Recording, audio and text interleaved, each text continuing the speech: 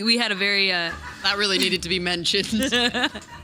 I'm trying to make a situation light, okay? But The WNBA All-Star press conference was supposed to be a moment of unity and celebration, but the moment Kelsey Plum opened her mouth, that image shattered.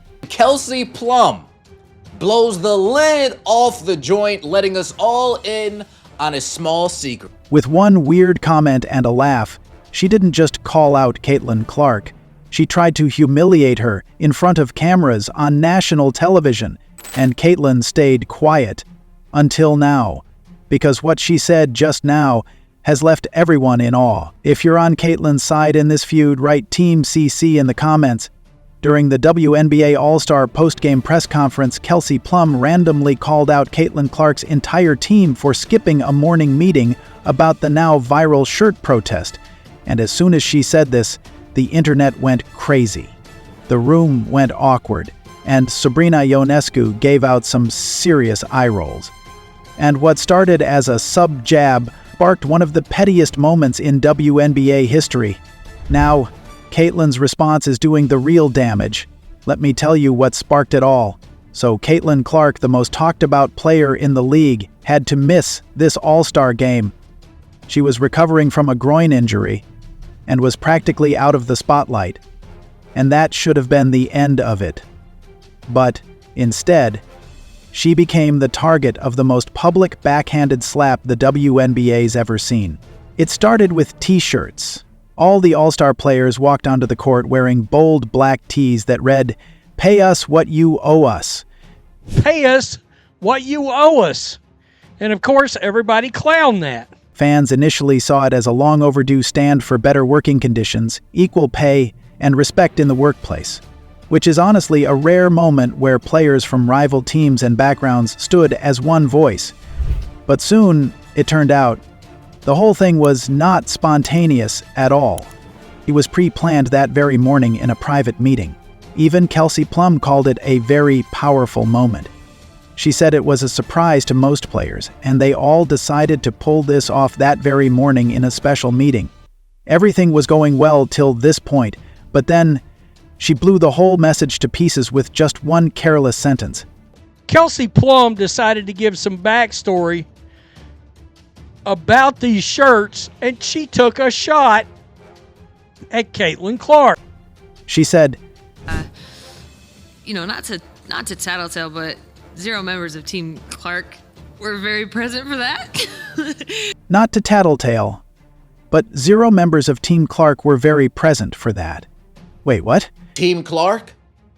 They had no idea what was awaiting them walking into that locker room come WNBA All-Star. Instead of celebrating the powerful moment of unity, Kelsey Plum took a hard left turn, choosing not to focus on what brought them together but who did not show up. Rather than highlighting solidarity, she zeroed in on absence. Honestly, it felt less like a team statement and more like a targeted jab. Even help these chicks get paid, bro. There's a part of me that don't even feel like she should help them get paid. And whether she meant it or not, calling out Clark's team in that way came off less like leadership and more like a school snitch who wanted to start drama. And it worked. The media latched onto it and fans quickly picked sides. Meanwhile, Caitlin Clark, who was literally minding her business, suddenly became the face of division in a league that claims to be unified. But the best part is, Kelsey tried to cover up the whole situation, saying she was just trying to make a light joke, except no one was laughing. This is a joke gone so badly wrong that it's got Kelsey Plum going viral, and it's got the people that hate Caitlin Clark using it as a way to hate Caitlin Clark. Sabrina, who was sitting right next to her. Sabrina was running 6 miles a night, which she was running 6 miles a night because the net remained to be fixed. And the women who faced rape were never given the chance to make a film, and the film was never funded because the net was never given the chance to make a film with proper protection, because no lone box owner cared. Sabrina's reaction was epic there. Ionescu did not like this shit, by the way. I give her credit because she was like, oh boy. I mean, it was ridiculous, but here we go. Her facial expressions said a lot. She knew the moment the words left Plum's mouth, the internet would explode, and definitely not in support. And guess what? She was right all along. Sabrina, appreciate you holding it down. You held it down, Sabrina. But let's get one thing straight. That meeting wasn't held without Team Clark by accident. Clark is the biggest draw the WNBA's ever seen. You think it's a coincidence that none of her teammates were there?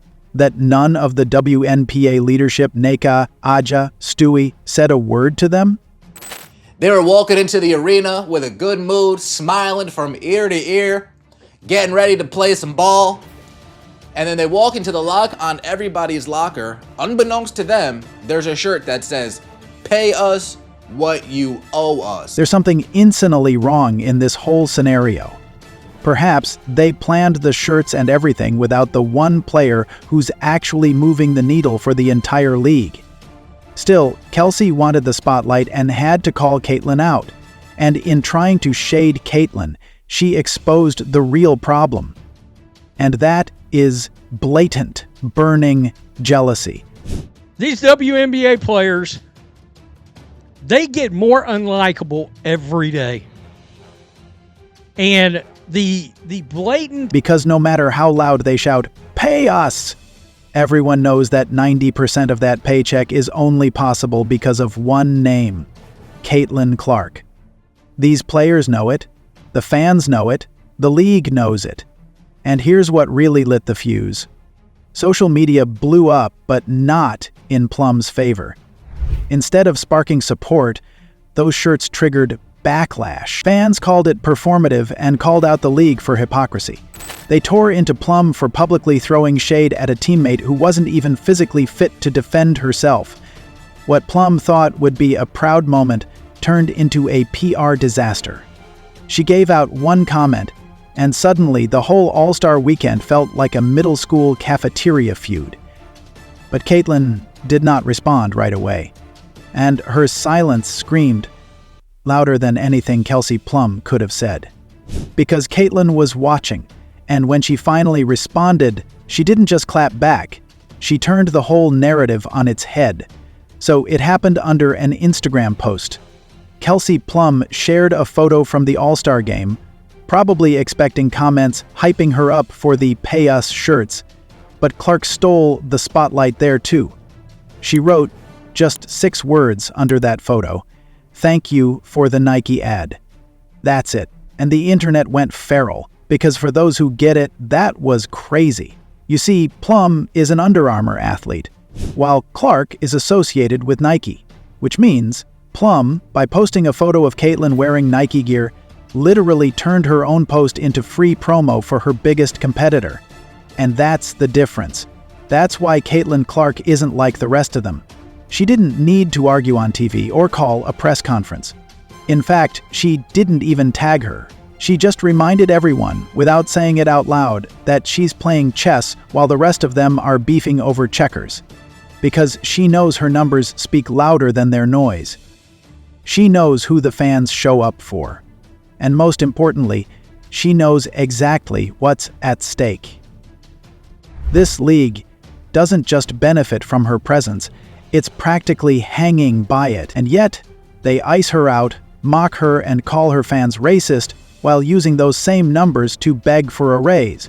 You can't have it both ways. You don't get to bash her in interviews and then cash in on her jersey sales.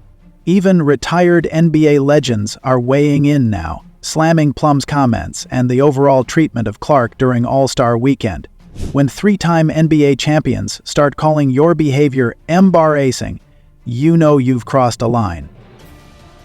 Because real legends know a rising star when they see one, and the smart ones know you protect that star. You don't pick fights with the person keeping your league afloat. Let's be serious for a second. Caitlyn Clark isn't just a player in the WNBA, she is the WNBA's headline act. If you think that's an exaggeration, let me tell you something. Three is here. Caitlyn Clark is the one bringing in the numbers. We watched. When news broke that Caitlyn wouldn't be playing in the All-Star game due to a groin injury, ticket prices dropped by 50%. 50%. The ticket prices dropped 50%. when Caitlin Clark was announced that she will not be participating due to her injury. The ticket pricing with just one player out, and the market crashed. Do you know how wild that is? That's not just popularity, that's power. And that power is measurable. The other players did make it to the news by wearing the "pay us what you owe us" shirts, but still, when Caitlin stepped out, the value of the event instantly dropped. These women are insufferable. They don't deserve more money. They don't get any ratings outside of Caitlin Clark. They openly disrespect her. They don't deserve. And now, their downfall has started. Exactly what Stephanie White Lies has to say. Well, I haven't seen C since the game last night, but I think she's progressing. In most recent news, Caitlin has officially been ruled out for Tuesday night's game against the New York Liberty. I don't expect her to be available on Tuesday. Now, are we really looking at an all-star event that might feel more like an exhibition game at a high school gym than a prime-time showcase for the best in women's basketball? Because it is simple. You can't manufacture hype. You can't protest your way into star power. Caitlin earned it. And now, she'll be over here stacking wins, endorsements, and airtime, while the rest keep figuring out how to turn their own posts into free Nike ads. All in all, the WNBA has a problem on its hands. Not because Caitlin Clark gets too much attention, but because without her, there's suddenly not enough. They asked for what they're owed, but maybe it's time they ask why the checks don't come when she's not on the court. She is the one who brings the revenue. End of the day, she the one really bringing the numbers in. Like, what are you talking about? And now that she is out, even for a single game, it forces one uncomfortable question to the surface.